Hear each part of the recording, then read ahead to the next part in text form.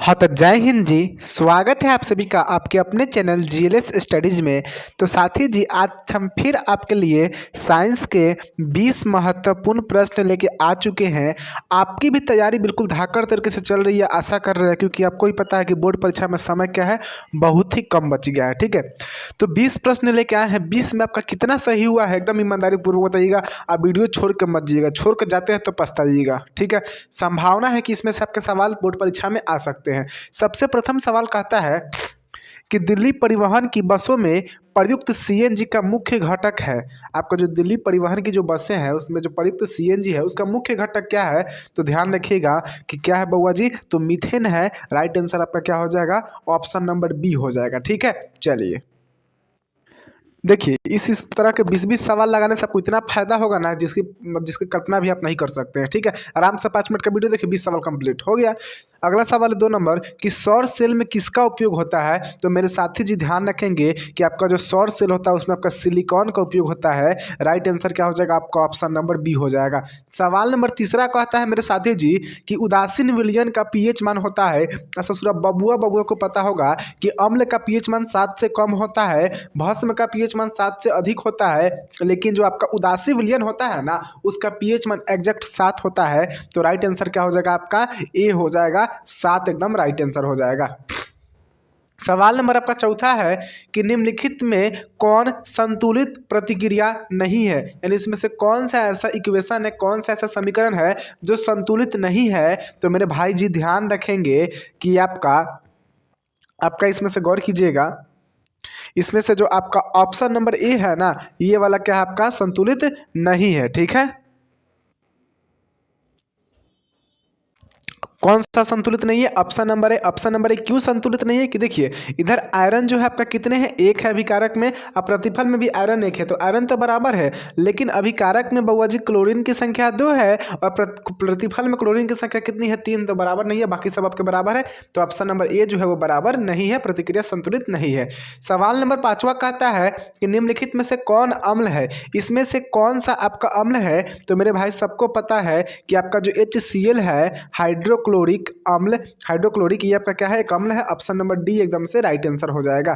ठीक है, तो बाकी सब आपके क्या है, तो ये दोनों आपके भस्म में है और ये जो है मेरे साथी जी आपके क्या है, लवण है। ठीक है, चलिए सवाल नंबर अगला कहता है आपका, सवाल नंबर अगला है आपका 6 नंबर कि निम्नलिखित में से कितने सवाल हो गए, 5 सवाल हो गए। आशा करते हैं कि प्रथम 5 सवाल में सबको पांचों सही हुआ होगा। सवाल नंबर 6 कहता है कि निम्नलिखित में से कौन सही है, इसमें से आपका कौन सही है। तो ध्यान देंगे बउआ जी, आपका जो ऑप्शन नंबर बी है Na2CO3 और डॉट यहाँ पे 10H2O होगा, ये जो आपका क्या है सही है, बाकी सभी जो है गलत है। और ये किसका सूत्र है, तो ये आपका धुवन सोडा का सूत्र होता है, ध्यान रखिएगा। सवाल नंबर 7वां है कि अम्ल का पीएच मान होता है। तो मेरे साथी जी इसकी जवाब तो बताने की जरूरत ही नहीं है, सबको पता होगा कि अम्ल का पीएच मान 7 से क्या होता है, कम होता है। ऑप्शन नंबर आपका ए एकदम से राइट आंसर हो जाएगा।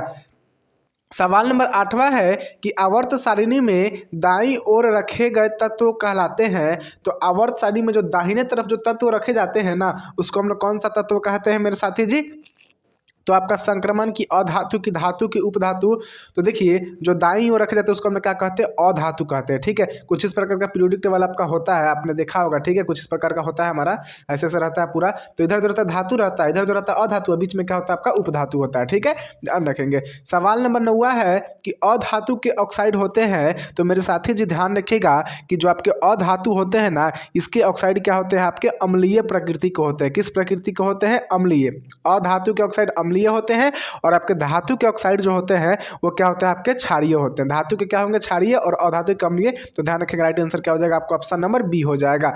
सवाल नंबर 10वां कहता है कि एल्युमिनियम का निष्कर्षण किस विधि के द्वारा किया जाता है। आपका जो एल्युमिनियम धातु है उसका जो निष्कर्षण है वो किस विधि द्वारा किया जाता है। तो ध्यान रखेंगे उसका निष्कर्षण जो है विद्युत अपघटन द्वारा किया जाता है। ठीक है, देखिए क्या कहता है कि जो आपका द्रवित एल्युमिनियम होता है ना उसमें विद्युत धारा हम लोग प्रवाहित करते हैं तो उससे हमको क्या होता है, एल्युमिनियम प्राप्त होता है। ठीक है बउआ जी। सवाल नंबर आपका 11वां कहता है कि एंटीमनी है। एंटीमनी आपका क्या है, धातु है कि अधातु है कि उपधातु है कि कैल्शियम है, तो एंटीमनी जो है आपका एक प्रकार का उपधातु है।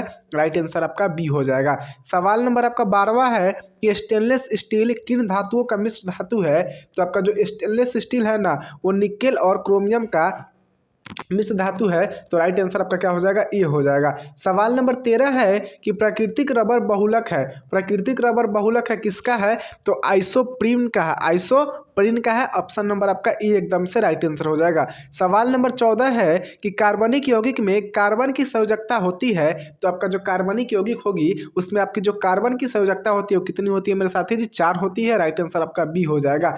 सवाल नंबर आपका 15 कहता है कि वह कौन सा प्रक्रम है जिसके द्वारा शरीर में ऊर्जा का उत्पादन होता है।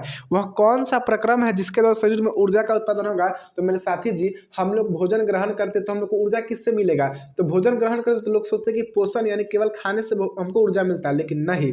जब तक ले हम लोग खाते हैं जो चीज़ें, जब तक ले हम शोषण करेंगे नहीं, श्वसन करेंगे जब तक ले हमारा ग्लूकोज टूटेगा नहीं, ग्लूकोज टूटेगा नहीं जब तक ले एनर्जी मिलेगा नहीं, तो बिना हम लोग श्वसन के क्या कर सकते हैं साथी जी, हमारे शरीर में ऊर्जा का निर्माण नहीं हो सकता है। तो आपका राइट आंसर क्या हो जाएगा, ए हो जाएगा। सवाल नंबर आपका 17 है कि जब प्रकाश की किरण हवा से कांच में प्रवेश करती है तो मुड़ जाती है। देखिए हवा से किस में प्रवेश कर रही है मेरे साथी जी, तो हवा से कांच में। आपको पता है कि हवा क्या है, हवा एक विरल माध्यम है और कांच क्या है, सघन माध्यम है। तो जब प्रकाश किरण विरल माध्यम से सघन माध्यम में प्रवेश करती है तो अभिलंब की ओर मुड़ेगी कि अभिलंब से दूर जाएगी, तो ध्यान रखिए कि जब आपका विरल से सघन में जाएगा तो अभिलंब की ओर मुड़ जाएगा। राइट आंसर क्या हो जाएगा, अभिलंब के निकट, ऑप्शन नंबर बी हो जाएगा। सवाल नंबर 18 है कि प्रकाश का वर्ण विक्षेपण किस उपकरण से संभव होता है, तो प्रकाश का जो वर्ण विक्षेपण है वो प्रिज्म से संभव होता है। जब हम लोग प्रिज्म से श्वेत प्रकाश को गुजारते हैं तो वो कितने रंग में, 7 रंग में विभक्त हो जाता है।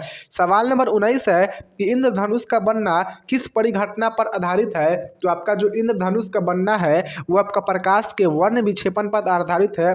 ऑप्शन नंबर क्या हो जाएगा आपका, सी एकदम से राइट आंसर हो जाएगा। सवाल नंबर अगला कहता है आपका 20वां नंबर सवाल कि किस जंतु में लैंगिक और अलैंगिक प्रजनन दोनों होता है, मतलब कौन सा जंतु जिसमें लैंगिक भी और अलैंगिक दोनों प्रकार के जनन होते हैं। तो मेरे साथी जी ध्यान देंगे कि आपका जो हाइड्रा है ना इसमें आपका लैंगिक और अलैंगिक दोनों जनन होता है। राइट आंसर आपका ए हो जाएगा। सवाल नंबर अगला है आपका सवाल 20 थे, तो बताइएगा कि प्रथम 20 सवाल में से, यानी 20 सवाल हुआ तो 20 सवाल में सबका कितना सही, एकदम ईमानदारी पूर्वक आपको बताना है। और एक सवाल आपके होमवर्क के लिए है। सवाल क्या है आपका होमवर्क का कि अवतल लेंस का आवर्धन एम जो होता है वो किसके बराबर होता है, आपको कमेंट करके बताना है। ठीक है, तो मिलते हैं नेक्स्ट वीडियो में, तब तक के लिए जय हिंद साथी जी।